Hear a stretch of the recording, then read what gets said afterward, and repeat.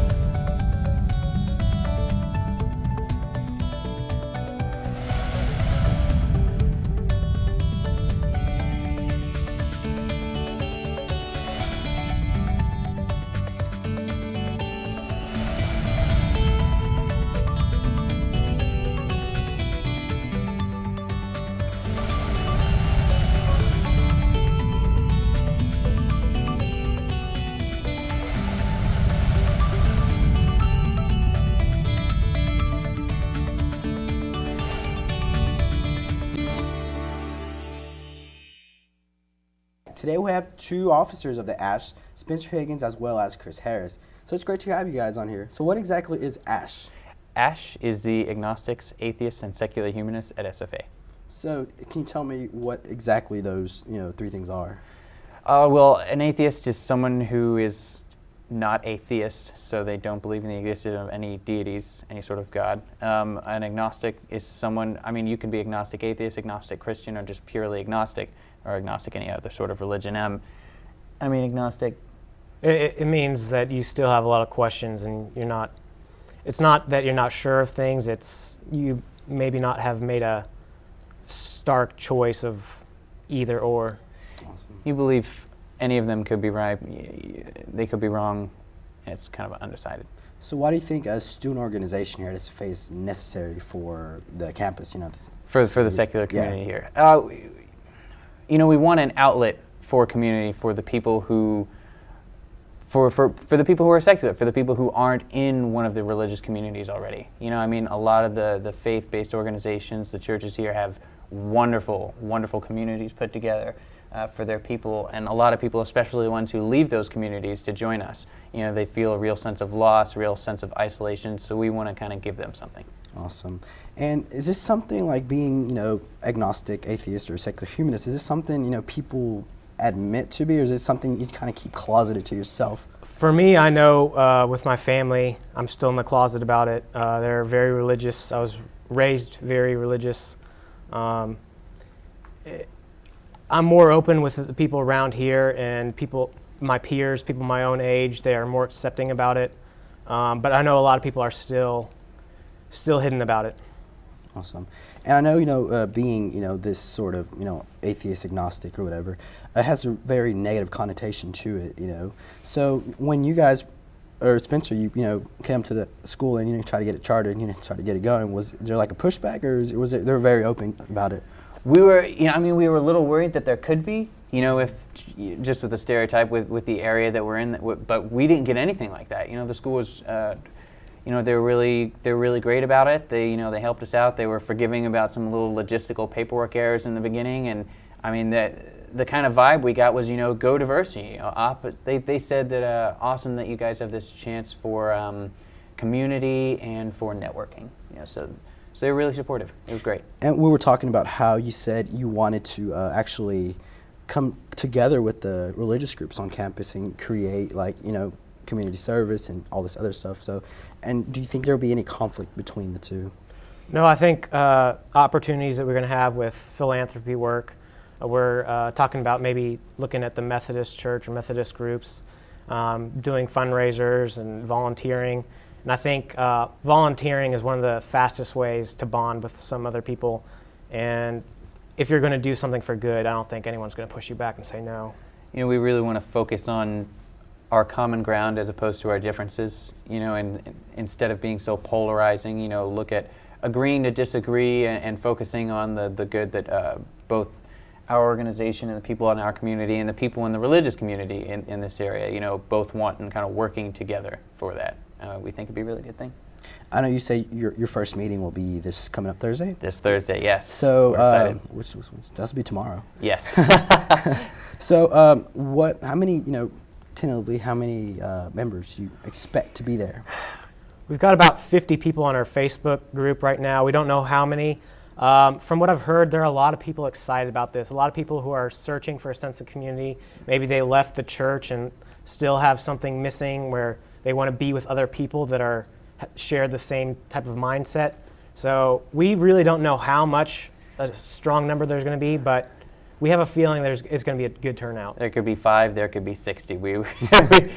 Some people may just want to be a part of the Facebook group, to have somewhere where they can go on and see that they're not the only person here in this area who thinks like this, and maybe vent to some like-minded people, and that may be all they're interested in, and that's fine. We'd love to provide that for them. And some may want to get much more involved with the community, and building it up and the sense of family and going out in the community and doing some good. So tomorrow will be a great opportunity for us to kind of test the waters and see what the people who are looking to join our organization, what they want. And you did mention about there's already being in East Texas, I don't know what it was called. Secular Humanist Society, yes. Are you guys going to have any kind of communication with them, or is it just going to be strictly students over here? Well, I've met some of the individuals there, and they're a nice group of people. There's some rules and regulations about parent organizations or non-student organizations working with student organizations. So we definitely have no intention of overstepping those boundaries.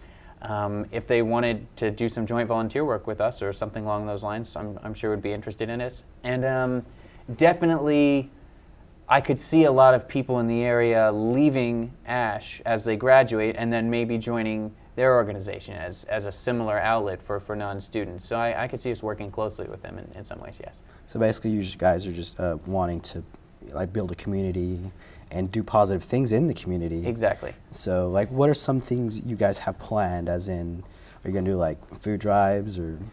At this point, we're just getting our first meeting off the ground. We just got all the paperwork going to get chartered. We're trying to see how many members we're going to have at all to see, what kind of things we could accomplish and what are the people that might want to work with us.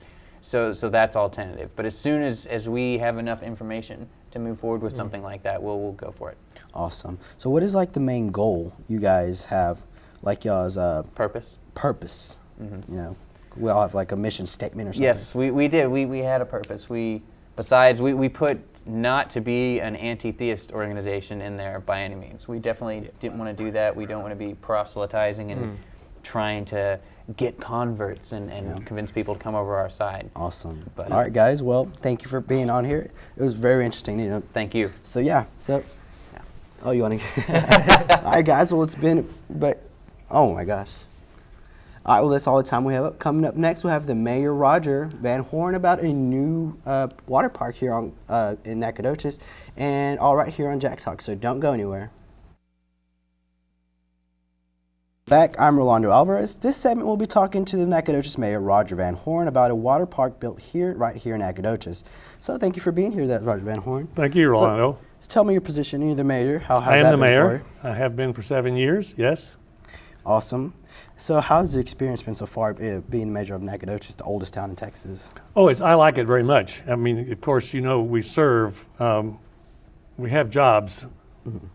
It's not our job, city council and mayor, but it's a service that we do, and I spend about half of my day is with the city. So the talk's been that there has been talks about a water park being built here in Nacogdoches. Tell me a little bit more about that. Well, we had to close our swimming pool here in the city, and we found that when that happened, we had a very generous donation to build us another facility, and we found that square holes in the ground that were typical aren't being used anymore. They're being closed, in fact, Lufkin. So we began to look at a more expanded facility that would both serve our city and be an economic stimulus in our community. Do you think this will increase the population, maybe? Let's go to Nacogdoches to actually have a water park, bring more? Well, I think anything that the city has that helps families enjoy living here will ultimately do that. It's not going to happen overnight. Yeah. They may learn about Nacogdoches just by coming to spend an afternoon, we hope, and spend money. Yeah. So the water park, what magnitude is it? Is it we're talking about like Hurricane Harbor, Schlitterbahn? Well, Is it- I'm is it not real smaller? familiar with them. It is going to be a full size. It is owned by Splash Kingdom, a man, Mr. Johnny Blevins, who you may be familiar, owns the one you see on I-20 going to Dallas outside of Tyler. Full-blown, perpetual wave, all kinds of things. So it's not going to be small as people may think. Built in 2 phases. The first phase will not have all that will ultimately be there. It's about an $8 million project. And I think it's going to be very good for the city to get people here, families, something for them to do. They will spend money on sales tax, which helps us, and we hope they stay in our hotels. That's bed tax. So it's really as much an economic tool as it is entertainment for our citizens. Yeah. As a matter of fact, the owner predicts 70% of the people who come to the park will be from outside our county. Outside the county. Yes, which is good. So do you think it'll bring in more students at SFA? Like knowing that there's a water park in town. Oh, I can't say that it won't, but I don't think that's why students choose SFA. SFA doesn't need much help. It's a great institution. And where would this be? Where would y'all located in town? Because I mean, I know there's lots of land going towards Lufkin. So No, it's not going to be on I-59. It's going to be on, University Drive. University. The intersection University and Main Street, where there's a public garden. There's a city-owned 8 acres there. That's where it's going to be. That's part of our agreement. If he'll come, we'll give him the land. Awesome. And also, is there any other big plans for Nacogdoches besides this big water park we're talking of? Like, are there any other projects in the talk? Well, there are. Unfortunately, in the economic development business, people who are looking at us, we have a company from California, a small technological company. We have a company from Houston that is looking at us. We had one from Chicago, but one of the things they tell us, we can't talk about it until the deal's closed. But we're getting a lot more attention. I think things are picking up. They love Texas. They want to come to Texas. And so our economic development department is much busier now than they have been. Since the idea is out of the water park, is there a name attached to it, like what's going to be called or anything? Or is that still Well, it's going to be owned and operated by Splash Kingdom. So that's what it's going to be. It's going to be it's gonna be a Splash Kingdom. Splash Kingdom? That's correct. He has 5 of them. He's won awards in the industry, many awards for his quality of service to the customers. We're real proud that he wants to come here. Kind of elaborate on those awards. The Splash Kingdom guy, like, is that, Well, it's awarded by his peers around the country, and I'm sure they have. I don't know the details, but I'm sure they have conventions and people who are good operators, and they set standards, and he has been awarded and recognized by his peers. And how soon can we expect this, like the construction start undergoing, or when is it going to be out to the community to know this? Our goal actually- is to be swimming in it in 2015. That's pretty. We have some money yet to raise. He should break ground in late summer of this coming summer in 14, and then we'll swim in it in 2015. That's awesome. It's great. And as far as raising money, is it going to be a community effort? Like, we're going to do this to Well, raise it money for already this? has been. Our part of the city was to raise $2.3 million.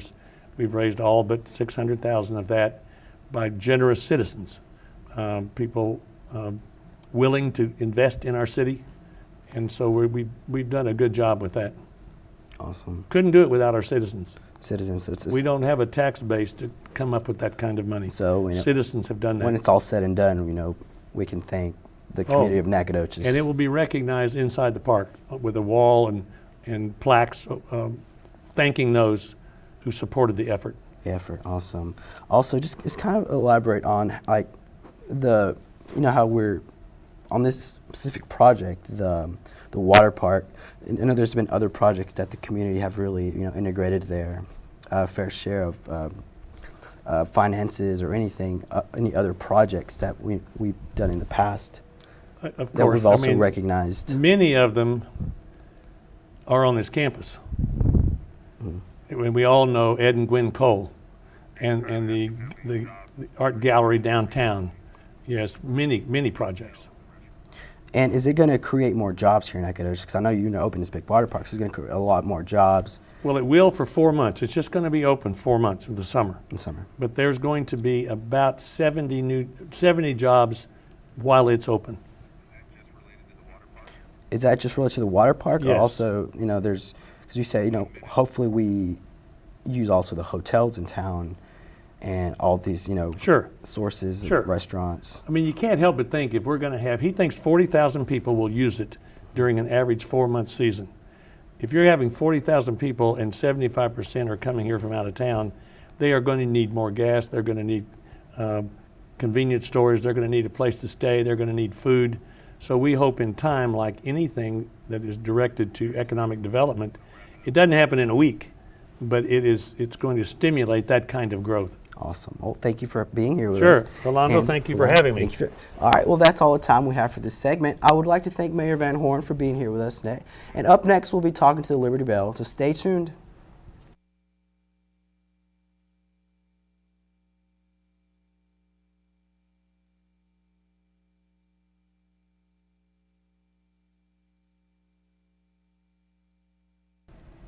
Welcome back to Jack Talk. For our final segment, we'll be talking to Katie Harris, owner of the new bar in downtown Nacogdoches, the Liberty Bell. Thank you, Katie, for joining us. Thank you. Thanks So- for having me. Awesome. So about the Liberty Bell, how did you end up owning such a successful, wine bar here at, Brick Street? Well, it actually took several years. It was a daydream and a dream that my husband and I shared. And I guess about 5 years before owning the Liberty Bell, we did a concert series in town called Pickin' and Neck. And it was an acoustic type show. We did 4 concerts over the summer. We gave all the money to Make-A-Wish just because we were trying to test the market and see if we did something a little bit different than what was already offered in town, if we would be able to get the people to come. So we chose a venue at Bonita Creek Hall. They have a smaller room, I believe it's called the Mill Creek Room, and we held our shows there and we sold out every time. So we figured that the market was here, but then life kind of got in the way and we were busy with our other jobs, and we figured that pursuing our dream of putting something like the Liberty Bell in downtown Nacogdoches would be maybe something we would do in retirement. But as fate would have it, we met our other partner, John Ramsey.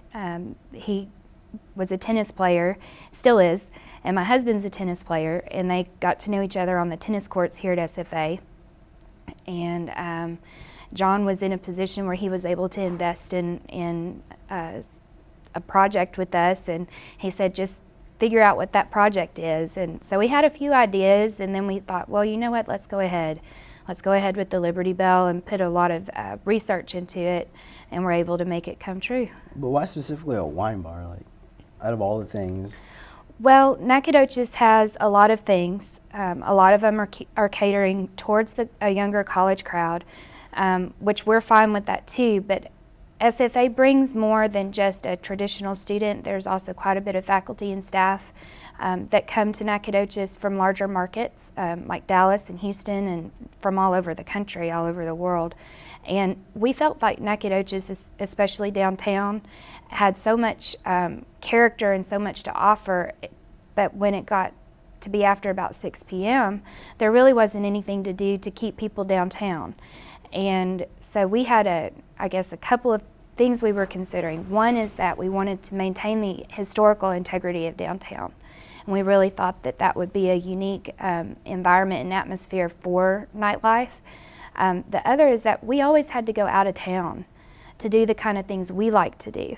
To go to a concert that wasn't about the dancing, but was about the listening. Yeah.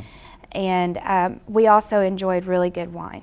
And so that's what we would do. We would make a little weekend trip to somewhere, Dallas, Houston, Austin, to hear music. And we thought there was absolutely no reason that it wouldn't be supported. So y'all basically brought that to Nacogdoches. Brought what we like to do to town. The Liberty Bell, it's really catchy, the Liberty Bell. So how do you come up with the name? Well, it has a nice ring to it. Yeah, it does. We wanted something that was historical, but not so specific to Nacogdoches that with the numerous tourists that come downtown, they wouldn't know exactly what they were walking into. So it's historical, and it's got some patriotic, it's part of our American history, but it's not political. Awesome.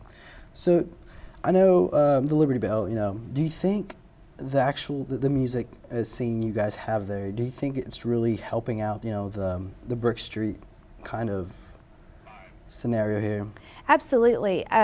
We do music mostly in the evenings, but during the day on Saturdays, very often during our brunch, we'll have live music, jazz, and other artists come in and perform.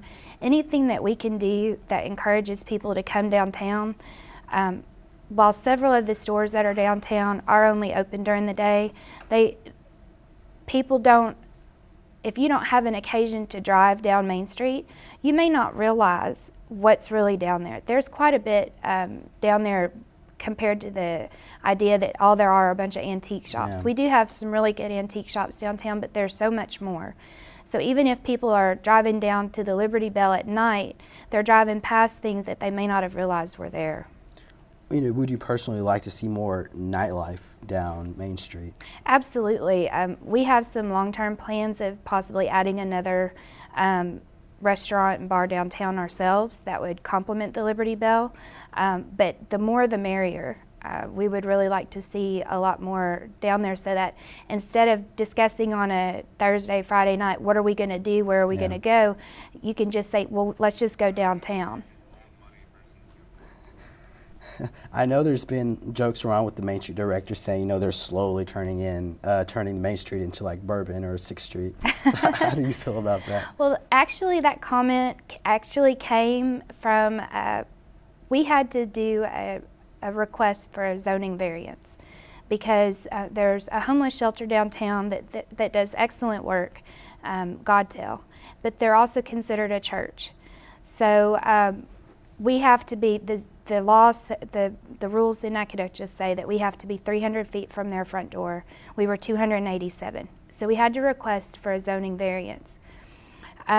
During that, there was one person, when we had our actual hearing in front of the zoning committee, there was one person who was concerned just about alcohol use downtown in general. And in his comments, he mentioned that he didn't want to see Main Street turned into Bourbon Street. I think as long as the people who are looking to develop downtown carry the same love for our history and the same passion for keeping it unique and keeping it Nacogdoches, that we won't have those issues. We've had the Wine Swirl downtown. There's upcoming Boots and Brew, that'll be downtown. There's a Berry Vine evening, that'll be after the Blueberry Festival. And then, of course, our establishment being there all the time. And we very seldom have any issues downtown, period, but to my knowledge, we have not had anything alcohol related, and we've not had any issues at all at our establishment. So we're trying to keep it a positive. Absolutely. We want to keep it clean. We want to keep it friendly for all different age groups and not rowdy. I think you can have a good time without it getting out of control. Awesome. All right, man. Well, that's all the time we have now. Thank you for being here with us. Thank you. Well, that's all the time we have today. I would like to thank Katie and the rest of our guests for joining us today. I'm Rolando Alvarez, and tune in again next time for a segment of Jack Talk. So don't go anywhere.